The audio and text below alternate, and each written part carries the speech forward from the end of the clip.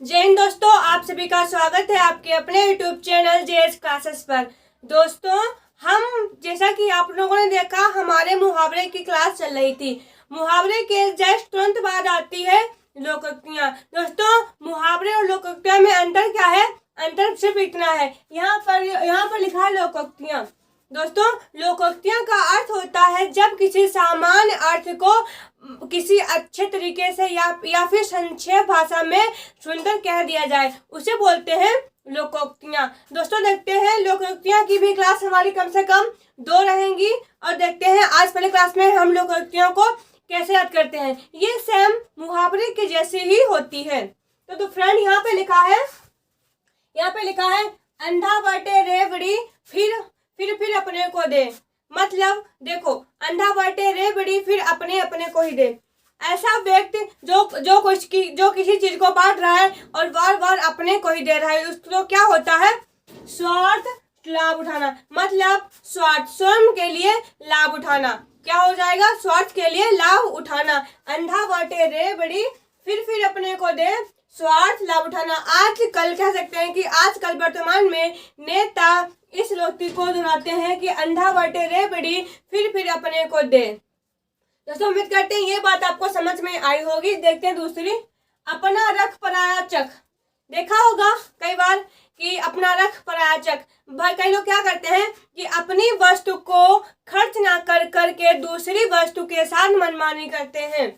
जैसे देखो, क्या करते हैं? अपना रख पराया चख। तो अपनी वस्तु का तो बचाव कर लेंगे, लेकिन दूसरी वस्तु के साथ मनमानी करते हैं। अपना बचा लेंगे और दूसरा का सारा उड़ा देंगे। ठीक है, तो भाई उसी को कहते हैं कि अपना रख पराया चख। मतलब कि अपना बचा लेना और दूसरे के साथ मनमानी करना। दोस्तों, अतजल गगरी छलकट जाए। अतजल गगरी छलकट जाए, इसका अगर हम वाक्य प्रयोग करें तो कैसा हो? जिसके पास कम ज्ञान, या बोल सकते हैं जिसके पास अल्प ज्ञान होता है वह क्या करता है? कई बार दोस्तों क्या होता है, जिसके पास अगर कुछ ना हो, अगर वह भी अच्छे से कपड़े पहन करके बाहर निकल पड़े तो लोग क्या कहते हैं कि देखो अधजल गगरी छलक जाए। मतलब कम ज्ञान लेकिन दिखावा अधिक। कम मतलब कि ज्ञान तो कम है और दिखावा बहुत कर है, उसी को कहा गया है अधजल गगरी छलकट जाए। अकेला हंसता भला न रोता भला। क्यों दोस्तों? देखो, सुख दुख में साथी होना चाहिए। क्यों? क्योंकि जब आपके सुख और दुख में साथी होगा तो आप उससे अपनी बात कह पाओगे। इसलिए कह दिया गया है कि अकेला न तो हंसता भला और ना ही रोता भला। मतलब अकेला है, अगर वो अकेला हंसेगा तो भी मतलब पता नहीं हंसेगा नहीं, रोएगा तो पता नहीं। इसलिए कहा गया है कि अकेला हंसता भला न अकेला रोता भला। इसलिए सुख और दुख में साथी होना चाहिए। अपने मरे बिना स्वर्ग नहीं दिखता। स्वयं प्रयत्न मतलब स्वयं प्रयत्न करके काम करना। दोस्तों, क्या होता है, कई बार क्या होता है कि अपने मरे बिना स्वर्ग नहीं दिखता। जब हमें कोई ऐसी चीज की आवश्यकता पड़ती है, मतलब कि अगर किसी दूसरे पर कष्ट पड़ा हो तब हम नहीं जान पाएंगे, लेकिन अगर वही कष्ट हमारे ऊपर पड़ जाए तभी हम कहते हैं कि अपने मरे बिना स्वर्ग नहीं दिखता। अगर हमें कोई काम करना है, अगर कोई दूसरा करता है तो पता नहीं कैसे करेगा, लेकिन जब स्वयं करेंगे तो हम अच्छे से कर पाएंगे और तब हमें पता चलेगा कि काम की क्या अहमियत होती है। इसलिए कहा गया है कि अकेले मरे बिना स्वर्ग नहीं दिखता। स्वयं प्रयत्न किए बिना स्वयं प्रयत्न काम का बनना। स्वयं प्रयत्न करेंगे तो काम बनेगा। अपने मरे, ये तो हो गया। अल्लाह मेहरबान तो गधा पहलवान। दोस्तों, आप लोगों ने कई बार ऐसी चीज देखी होगी। क्या होता है, कई बार बच्चे ऐसे होते हैं जो अपनी इतनी पढ़ाई करने के बावजूद भी पीछे रह जाते हैं, और जो कम पढ़ाई करता है वो उससे आगे कई गुना आगे निकल जाता है। दोस्तों, होता क्या है कि अल्लाह मेहरबान तो गधा भी पहलवान, नाकाबिल व्यक्ति भी। जब आपके ऊपर ईश्वर की मेहरबानी होगी तो आप ना काबिल होके भी काबिल बन जाओगे। इसलिए कहा गया है कि अल्लाह मेहरबान तो गधा पहलवान। आज का बनिया कल का सेठ। दोस्तों, आज का बनिया, अगर आप बनिया की तरह आज से ही थोड़ा थोड़ा करके पढ़ाई को अपनी बढ़ाते जाओगे, थोड़ा आज थोड़ा कल, रोज प्रतिदिन काम करते जाओगे, तो आप क्या तो क्या होगा, आप एक दिन उस पथ पर पहुंच जाओगे उस पथ पर पहुंच जाओगे जो आपको प्रगति की ओर ले जाएगा। यहाँ पे कहा गया है निरंतर काम करने से व्यक्ति प्रगति की ओर जाता है। हाँ, बात सही है। क्यों? आज का बनिया कल का सेठ। जो आज का बनिया है, अगर आप आज के बनिया बन जाओगे तो आप कल के सेठ जरूर ही बन जाओगे। इसलिए निरंतर प्रयास ही आपको प्रगति की ओर ले जाता है। एक तो करेला दूजा नीम चढ़ा। देखो, एक तो करेला है, क्या है, एक तो करेला है और दूजा नीम चढ़ा। देखो, करेला आपने खाया होगा तो करेला कैसा होता है, हल्का कड़वा होता है।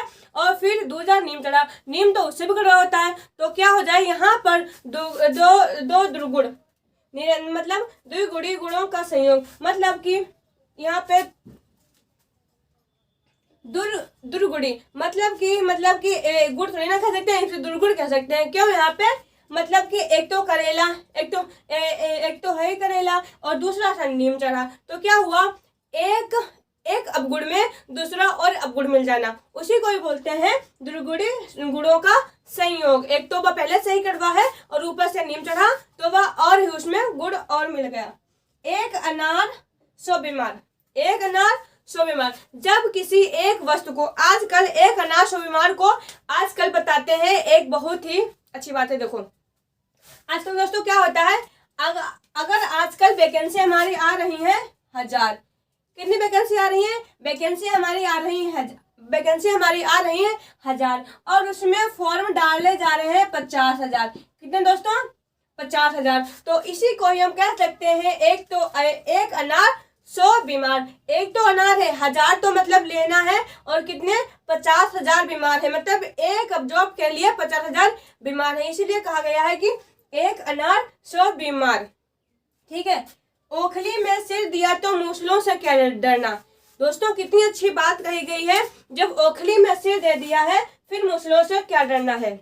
देखो, ओखली में सिर दिया, अगर हमने कठिन कार्य करने को ठान ही लिया है, फिर हम नहीं देखेंगे कि हमारे आगे कठिनाइयां किस तरीके की आ रही हैं। इसका मतलब हो जाएगा, मतलब कि जब बड़ा काम करने को सोचा है फिर कठिनाइयों से क्यों डरना। अगर बड़ा काम करने को सोचा है तो कठिनाइयों से क्यों डरना। दोस्तों, उम्मीद करते हैं कि ये आपको आज 10 लोकोक्तियां बहुत ही अच्छे से समझ में आई होंगी। अब दोस्तों देखते हैं 11वां पॉइंट। दोस्तों, अब बढ़ते हैं अपने नेक्स्ट पॉइंट पर। पॉइंट 11 क्या कहता है, कंगाली में आटा गीला होना। क्या दोस्तों? कंगाली में आटा गीला होना। इसका हो जाएगा विपत्ति पर और विपत्ति आना।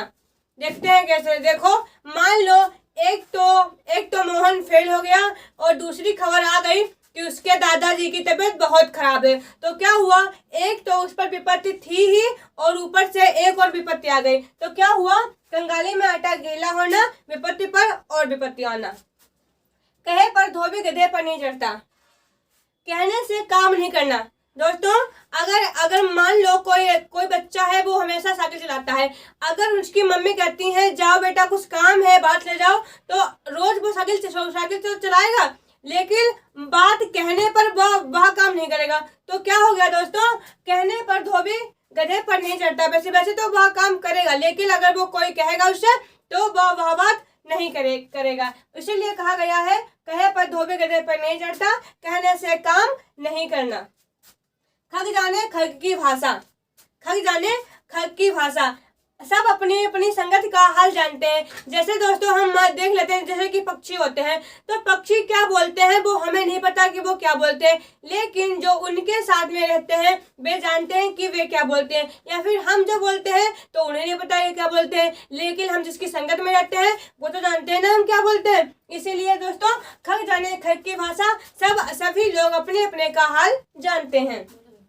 खोदा पहाड़ निकली चूहिया। अधिक परिश्रम करने पर बहुत थोड़ा सा लाभ होना। कैसे? देखो, अगर बात करते हैं तो खोदा पहाड़ निकली चूहिया, हमने एक किताब ली, ठीक है, उसको हमने खूब पढ़ा, खूब पढ़ा, खूब उस पर अंडरलाइन की। लेकिन दोस्तों जब हमने फिर से उसके पढ़ने में स्टार्ट किया तो क्या हुआ, उसमें हमें लगा कि हमें इसमें बहुत ही कम ज्ञान हुआ है। इसलिए कह सकते हैं हमने प्रश्न तो बहुत किया, बहुत हमने अभ्यास किया, लेकिन उसमें हमने थोड़ा पढ़ा, थोड़ा समझ में आया, क्योंकि कहीं ना कहीं हमारे जो हमने पढ़ा है उसको हमने मन से नहीं पढ़ा होगा। इसलिए कह सकते हैं कि खोदा पहाड़ अधिक परिश्रम करने पर कम लाभ होना, इसी को कहते हैं कि खोदा पहाड़ निकली चुहिया। अब देखो, ख्याली पुलाव से पेट नहीं भरता, केवल कल्पना से काम पूरा नहीं होता। दोस्तों आप मान लो कि आप बैठे हो, ठीक है, और आप कह रहे हो कि मैं वहां जाऊंगा, फिर बोलते हो नहीं यार मैं इससे बढ़िया पुलिस में रहता हूँ, फिर बोलते हो नहीं यार पुलिस से अच्छा तो है कि SSGD में फॉर्म डाल दे रहा है। तो क्या होता है, आप खाली कल्पना कर रहे हो, आप उसमें पढ़ाई बिल्कुल भी नहीं कर रहे हो। इसलिए कहा गया है कि क्या हो गया कि खाली पुलाव से पेट नहीं भरता, केवल कल्पना करने से काम पूरा नहीं होता। आप सोचिए मत, आप अपना काम स्टार्ट कर दें, आप अपनी पढ़ाई को जारी रखें और एक दिन ऐसा आएगा कि आपकी जॉब किसी ना किसी में जरूर लग जाएगी। इसलिए खाली पुलाव से पेट नहीं भरता, केवल कल्पना करने से काम पूरा नहीं होता। कल्पना करने से काम नहीं होता, काम तो आपको करना ही पड़ेगा, ठीक है। इसकी बात यह है, गेहूं के साथ घुन भी पिसता है, बुरे के साथ नेक बर्बाद। दोस्तों इसीलिए कहा गया है कि जैसी आपकी संगत होगी आप पर सेम वैसा ही असर पड़ेगा। लोग कहते हैं ऐसा नहीं होता है। दोस्तों अगर कहा जाए तो हाँ, कोई लोग होते हैं तो अपने को संभाल लेते हैं अपने, पर उसका बुरा असर नहीं पड़ जाता है। लेकिन दोस्तों ऐसे बहुत कम रहते हैं। जब हमारे दोस्त ही मतलब कि बुरे काम करेंगे तो कहीं ना कहीं थोड़ा ना थोड़ा हम पर इफेक्ट उसका जरूर पड़ेगा। इसलिए कहा गया है कि हम लोगों को अच्छी संगत में रहना चाहिए। कई बार देखा होगा कि हमारे गुरु, हमारी मम्मी, हमारे पापा हमसे यही कहते हैं कि अपने मित्र बनाओ, अच्छे बनाओ। इसलिए दोस्तों कहा गया है कि गेहूं के साथ गुण भी पिसता है, बुरे के साथ नेक भी बर्बाद होता है, ठीक है। अब देखो, गुड़ खाए गुलगुलों से परहेज करना, एक काम करना उससे संबंधित दूसरे काम को मना करना। दोस्तों हम कह सकते हैं कि हमारे यहाँ कोई मेहमान आए, ठीक है, उनको प्याज खाना पसंद नहीं है, तो मैंने कहा चल को आपको नहीं पसंद है तो आप नहीं खाइए। लेकिन क्या हुआ, हमारे घर पे पकौड़ी बनी प्याज की, उन्होंने उन पकौड़ियों को खा लिया। तो दोस्तों यहीं पर ये बात कह दी जाएगी कि गुड़ खाए गुलगुलों से परहेज। वाह भाई वाह, आप तो प्याज खाते नहीं थे, फिर आपने प्याज की बनी पकौड़ियों को क्यों खा लिया। इसीलिए कहा गया है कि गुड़ खाए गुलगुलों से परहेज करना, एक काम करना, सेम उससे ही संबंधित दूसरे काम को मना करना, ठीक है। चिकने घड़े पर पानी नहीं ठहरता, चिकने घड़े पर पानी नहीं ठहरता। निर्लज्ज व्यक्ति पर उपदेशों का कोई असर नहीं होता। अगर आपके सामने एक कोई निर्लज्ज व्यक्ति है, आप उसको तरह तरह के उपदेश दे रहे हो, नहीं बेटा ऐसा नहीं ऐसा करना चाहिए, ऐसा नहीं ऐसा करना चाहिए, और आप उसे मतलब कि बहुत सारे उपदेश दे डाले, लेकिन फिर आप चले गए और फिर उस पर उसका कोई उपदेश कोई असर नहीं हुआ। क्या हुआ, उसने इस कान से सुना और इस कान से निकाल दिया, क्या हुआ, उस पर कोई असर नहीं हुआ। तो चिकने घड़े पर पानी नहीं ठहरता, इससे कह दिया जाएगा कि निर्लज्ज व्यक्ति पर अच्छे उपदेशों का कोई असर नहीं होता, ठीक है।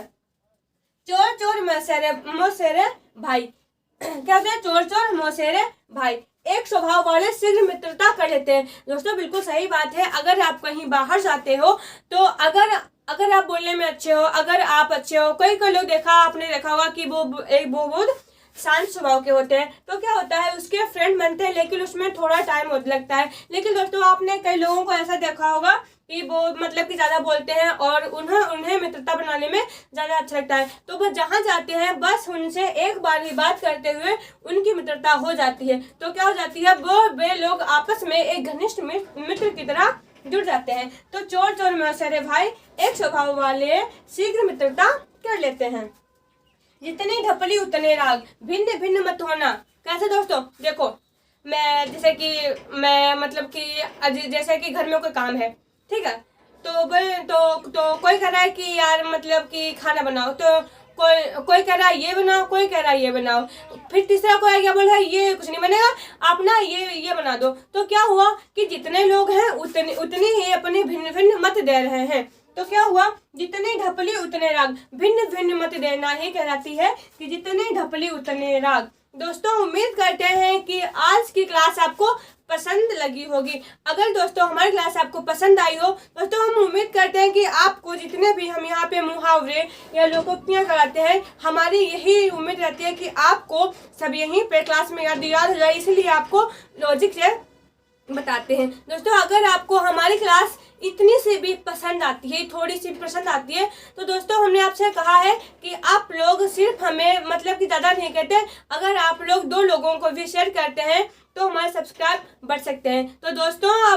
अगर आपको हमारी क्लास अच्छी लगी हो तो चैनल को सब्सक्राइब करिए और लोगों को शेयर करें और कमेंट करें। जो भी इसमें मतलब कुछ छूट गया हो, कोई गलती हो गई हो तो कमेंट करें, फिर उस कमेंट को हम देखते हैं। अगर हमें लगता है कुछ ऐसा है तो हम आपको फिर नेक्स्ट वीडियो में बताते हैं। तब तक के लिए आप अपने घर पे रहिए, फिर मिलते हैं नेक्स्ट वीडियो में। तब तक के लिए जय हिंद, जय भारत माँ।